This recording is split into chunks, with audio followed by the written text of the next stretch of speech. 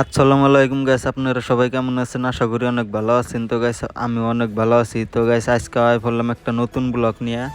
আর guys আজকে গেতাছি কিন্তু সাতগাঁও হে আবেদ ভাই ড্যাম ভ্যানেরা তো দেখছুনি আগের ভিডিওর মধ্যে। তো আমি কিন্তু বেলেগ জায়গায় যাই না, এই জন্য কিন্তু বেলেগ জায়গার ভিডিও দেয় না, এই জন্য আর কি কামের ভিডিও দেই। আর আমার বাপের যদি টাকা পয়সা থাকতো তাহলে কিন্তু আমিও ঘুরে ফিরে ভিডিও বানাতাম। তো আমার বাপের টাকা পয়সা না, এই জন্য কিন্তু আমারও কাম করে খান লাগে। এই তো পুরুষ মানুষ জন্ম নিছি, তো কাম তো করণই নাকবো, কাম দিকে ডরালে হবো না। তো কাম কোনো ছোট বড় নাই, কাম তো কামই। আর যে কাম দিকে ডরাবো হে কিন্তু লাইফে কোনদিনও সাকসেস হবো না, কারণ কাম যদি না করে মর্দ মানুষ কোনদিনও চলা হবো না।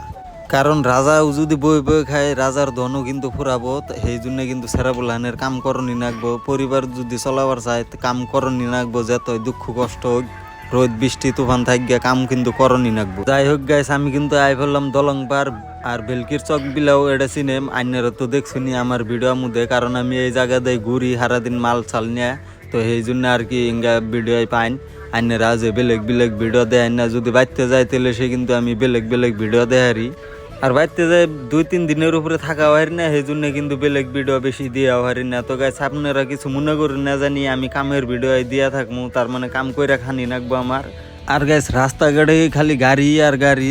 আর দেখুন যে এই মানুষটাই যদি হাত না বাই করে দিত তাহলে কিন্তু গাড়িটা লাগাই দিতাম আমি, কারণ ইন্ডিকেটার দিছাল না। তো ওই হিসাবে হাত নামাই দিছাল, আমার আবার বাইরে চোখ দিছিলাম, সেই জন্য কিন্তু দেখছিলাম আমার গাড়িটা কিন্তু স্পিড আসাল ভালোই, 30-40 এমান স্পিড আসাল। এহেন্টুক জায়গায় 30-40 স্পিড বহুত স্পিড কিন্তু, কারণ এনদে গাড়ি ঘোড়া সেই চলতেছে আজকে।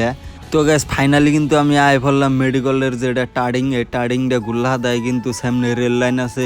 আর এই রেল লাইনটা কিন্তু রেল চলতে আমি একদিনও দেখি নাই, খালি একটা ট্র্যাক্টর মাল নিয়ে আপ ডাউন করে দেখি, বালু সিমেন্ট গিট্টি এঙ্গে নিয়ে আপ ডাউন করে। আমি কিন্তু এটাই দেখতেছি, রেল যা ভোফরের কালেকশনই নাই লাইনের।